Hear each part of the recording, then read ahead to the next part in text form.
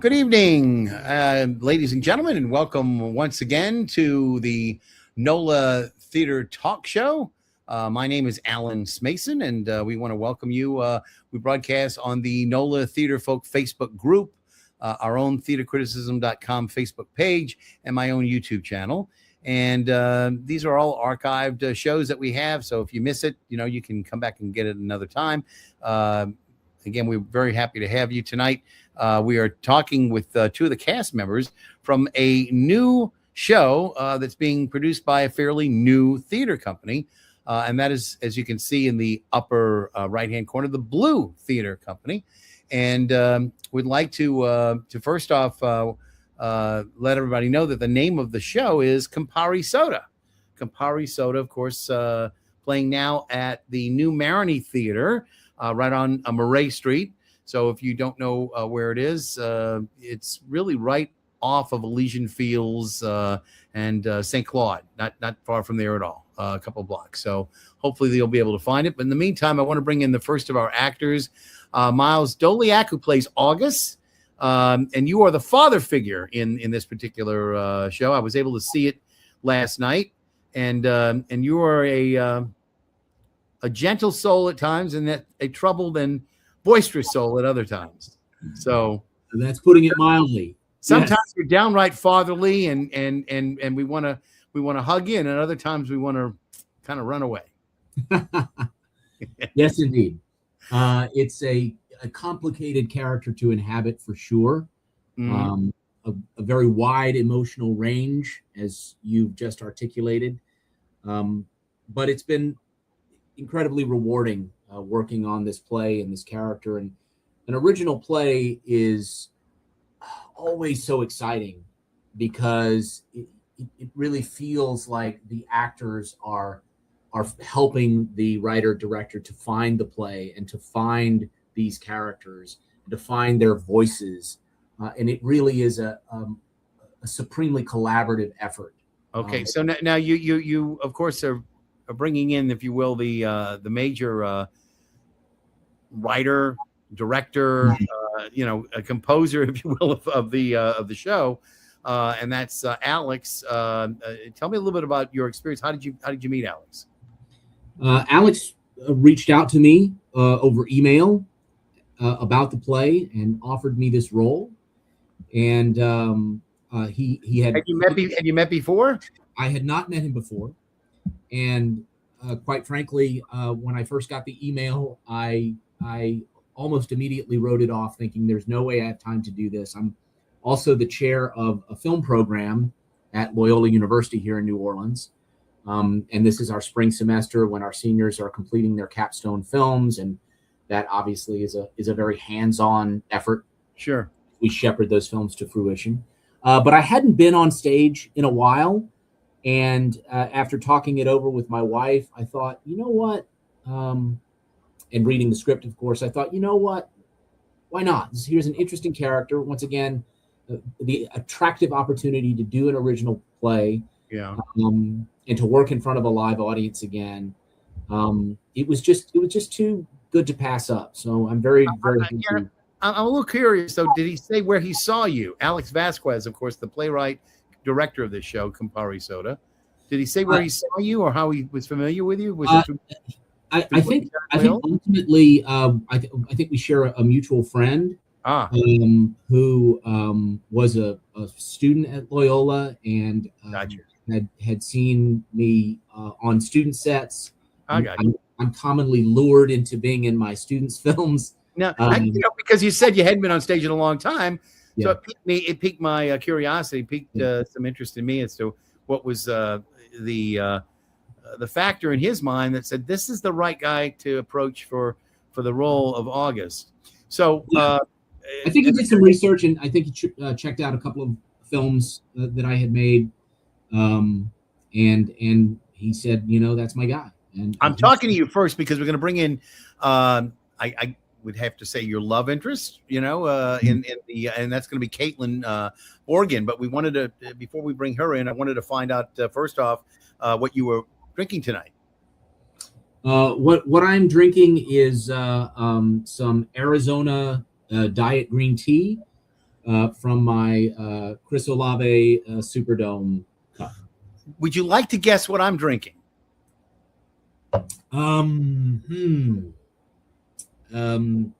Perhaps a nice, robust cup of coffee. Well, I'll give you a hint.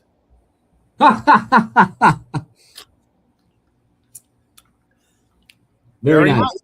Very nice. With that, I bring in Caitlin. What are you drinking tonight, Caitlin? Not Campari Soda like you, or not yet, but I am having Rambler, sparkling grapefruits. Very good. As any good director would know, he wants to keep his cast sober, and I appreciate that. But there's always that chance that you're going to bring a little libation. And again, the opportunity, I said I have to deal with this. 3-1 is the way I made it. I looked it up. I said 3-1 for soda to Campari, because Campari is a rather bitter liqueur. Italian, for those of you who don't know it, it's an essential ingredient in a Negroni. You know, a Negroni is the easiest drink in the world to make. 3 parts, 1 part Campari, 1 part sweet vermouth, and 1 part gin. Real simple. So, and it's delicious. Usually that's served with a little bit of an orange twist or something along those lines too, but very nice. So yeah, so I'd never had a Campari Soda. I guess I have to ask the question. I know you all make drinks on stage, and I saw last night, nothing is really kind of mentioned as to the ingredients and things of that sort. I guess where did that come from? The bitter sweetness of the of the drink? You think that Alex came up in his mind for that? Did he explain the title? Alex likes straight, so I think there's a lot of, implied. Yes, it's a bitter, kind of refreshing, but unsettling play. So yeah, oh yeah, and there's a lot to unpack in the play. There's a lot that goes on, and at times there's a little bit of exposition for each one of the scenes when the characters are first being introduced, and you're not quite sure who they are. They have to kind of establish who they are, but it's sort of like time speeding up. At the end, everything starts to gel together, and we start to see things ravel or unravel, as it were. Kind of interesting. Caitlin, tell me a little bit about how you got brought into the project. In other words, had you worked with Alex beforehand? I hadn't. My story is kind of similar to Miles, where I had seen. I think we lost. Did we lose you? Anyway, going full screen with you. Oh, okay. I just checking. Yeah, where he reached out and offered me the part, and I read the script and so forth. And we have a lot of mutual friends, and I've done. This is the first time I'm doing like an official play in New Orleans. I have done like some smaller like workshop theater stuff. But this is the first time I'm on stage in New Orleans. So do you identify as a film actor more than a stage actor? I think I have more. I've been doing more film and TV the past few years, but I really love theater, so it is something that I am wanting to do more of. And so getting this opportunity is like, okay, this is going to start that, and it's really sparked some new life in me. So Miles, what was the rehearsal process for this? If you can go into that for me. You're working during the day, and I assume the rehearsals are at night. How long did you have to actually unpack this? Because I'm assuming that we had Easter in the way, and we had obviously some other holidays that were going on. So I'm assuming you were rehearsing during that period. Yeah, I would say it's a fairly truncated rehearsal process, a fairly light rehearsal process compared to a lot of shows that I've been in. Starting really just touching the material perhaps once a week, and then as we got, I think really about three or so weeks out, we really started hitting it hard. In some ways, it felt a little bit more like a repertory theater rehearsal process, where you're just sort of you're talking about the material and scratching the surface and working with specific scene partners, and then in those 2 or 3 weeks in the run up to the play, you really dial it in and focus on the material and bringing the play to life and getting it where it needs to be.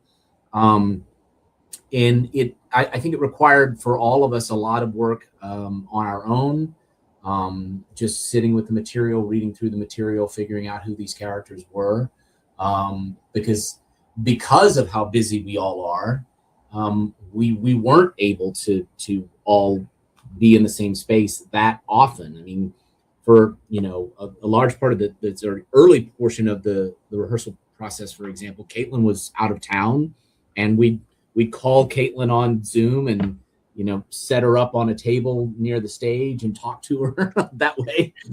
So it which was very, very unusual in my experience. But I also think that this cast really hit it off.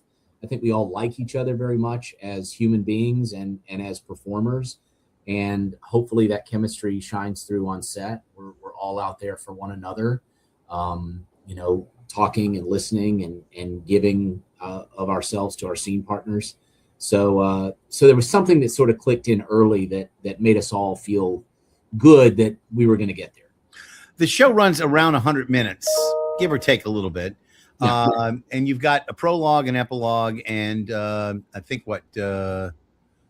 8 scenes, right, in between. Right. And the cast, you represent literally 1/3 of the cast that's out there. Besides you, you have Kyler Porsche, Kendall Berry, Hallie Lejeune, and Sadie Mae, and they play the other characters. And we can go into that a little bit because, unfortunately, we don't have a lot of production shots that I would have loved to have had with a lot of people in them. But, what I have, I will show. But there's also another aspect to the show, and that is that Chelsea Hines is playing a live soundtrack behind you that starts off continuously at the very beginning of about 5 minutes or so. She establishes the if you will, running soundtrack, and then her score, if you will, and then she plays throughout the entire prologue and the epilogue and all the scenes in between. So and she doesn't really stop at all. That other than for some maybe dramatic effect, while some of the scenes are going on. So it's really interesting. When did you actually start to work with her? That because she's almost a seventh member of your cast in a sense. Her commentary through the music. Do you know when you were introduced to her, Caitlin? Yeah, I mean, she definitely is a part of the cast, but she was brought in like the last week of our rehearsals, pretty much, like tech week. But when she came and the first sound, like, because we hadn't heard the sound, and then it's like, oh, this is the mood. It just created this whole world that, we had been bubbling to the surface, but then everything just kind of came together when we were in that space with her and had that. And that's really like the underbelly, I think, of the show. Not having been there every night, does it change, or is it more or less established that she plays the same things over and over again, or does she sometimes do a little improvisation? It's improvised somewhat. I mean, and it again kind of depends. Each night the audience has been so different. It's live every night is a little bit. It's fresh, but it's ultimately, I think and I don't know maybe it is the exact same every night because I'm in like the world of the scene, but it does seem like some nights are a little bit more. Like it swells a bit more. Sometimes it's a little scaled back during times. And yeah, I think she's playing off of us. And essentially we're playing off of her. Right. Miles, is there a spot in one of the scenes that you in particular like working with that aspect of Chelsea, being live with you while you're doing is there one scene in particular that you? Well, I just think that overall music is an emotional cheat code, and as somebody who also commonly works as an actor and a director in film, it's really, really prevalent in that medium, of course. So it feels like that underscore, it sort of helps to inform the emotion of the scene. Oftentimes, it's really, it's driving the character's motivations, and it's like you said, it's another character in the mix, in the story, that's helping to convey the writer's intent and the meaning of the proceeding to the audience. And it really, I mean, we sort of hear it, I think, almost sort of subliminally, but it does kind of move and drive and carry us through some of those heftier scenes. Now, the play is set in 1971, I think, for the most part. 71 and 73, yeah. I think 73 is another section. It starts at 71, then it's 73 for the whole time. So, but it's a particular time. I mean, I don't mind admitting the fact this is a time when I was pretty much in college, so I'm sort of dating myself. Was there a particular reason Alex wanted to go back to the early 70s like that? Did he say why this particular generation was of interest to him? Why he didn't set this in the 80s or in the 90s? Maybe a little bit closer to some of the real ages of the actors who are portraying the characters on stage. I think he thinks the 70s are a little sexier and steamier and more unpredictable. And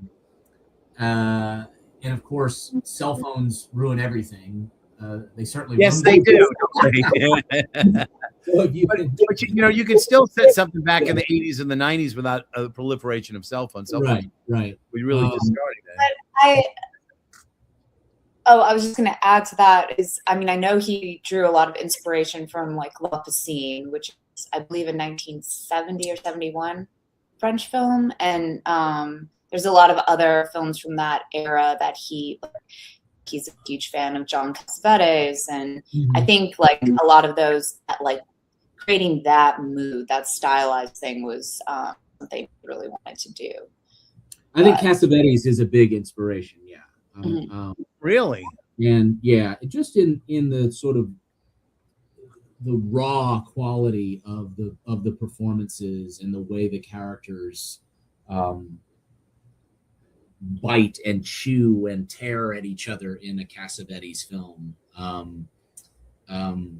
They're really, he's one of the ultimate actors directors, and he really gets his actors to really lay their souls bare. And so I think Caitlin's right. I think that had a lot to do with the inspiration of those films from the 70s is why he was apt to put this play there. Well, and I have to say too, I recognize that lady. I have to say that there's, back then there was a lot of smoking. There's a lot of characters. There's a lot of smoking that goes on, whether it's a cigar or cigarette. And back then, smoking was considered something that was more or less to be expected of characters. And I think that may have also been another reason, maybe in the back of his mind, if he's going to have him smoke, he may as well have him smoke in an era where it's an accepted practice. Mm-hmm. And there you are. Intense. Indeed. As you are. Is there a particular aspect of the character that you help develop and craft that you feel like was something you brought to it that wasn't there existing on the printed page that Alex gave you, or did you pretty much flesh out the character just by reading the role he had written? I mean, I feel like for me, the one element of August that I wanted to bring to light, because there's so much bluster and anger and confusion and rage at the end of the play, I wanted to bring, especially early on, that little measure of the romantic in him that is still there, that I think you see elements of in the first scene with Robin, and and yeah, he's a bit of a flirt. He's a bit of a aspiring ladies man. You know, he can't seem to resist a beautiful woman. But there is something in him, this tiny, you know, glowing ember of I think who he used to be. You see him reminisce about the beauty of his previous wife before Robin in the scene where he reunites with his son and meets his son's fiance the first time. So I think that's probably the element that I was concerned to sort of draw out. His anger and his fire and all that that's there on the page, and that stuff is fun to play. But I think there was another layer there that it was important for me to capture also. Well, I appreciate that. You know, we have had a chance to talk with you, and again, I know you have to sign off a little bit. So, and I think what I'm going to do, Caitlin, rather than make you stick around as well, we'll probably just cut it a little bit short right now, and we'll maybe revisit this later on. We can talk about some of the other things maybe when Alex is available as well. But again, Alex Vasquez, originally from Miami, and came to New Orleans. I think he said something around 2018. He fell in love with the city, stayed here during the pandemic, and has made it his home now. And he's inspired a lot of people. A lot of people. Word of mouth is getting on about this play. And congratulations again. You know, I appreciate your coming on to talk about it. You know, we appreciate new theater companies. We appreciate new actors who we haven't been exposed to. And you know, I think it's a great opportunity to find a little bit more. And you're going to be playing 2 more shows tonight, Wednesday night. This is airing, so there's really one more show after this when people get to see this, and it's at the New Maroney Theater. And where can you get tickets? Just so we can tell everybody real quick. On Eventbrite, yeah, it's on Eventbrite. Campari Soda, in New Orleans. Like you should, if you type in Campari Soda, New Orleans, Eventbrite, like it'll come up. So. I really want to thank you for both being with me tonight. Caitlin, Eventbrite, Campari Soda, and again, we do thank both of you for taking the time out, Miles Doliak and Caitlin Morgan, because great performances. I'm looking forward to seeing more from you all and more from Blue Theater. And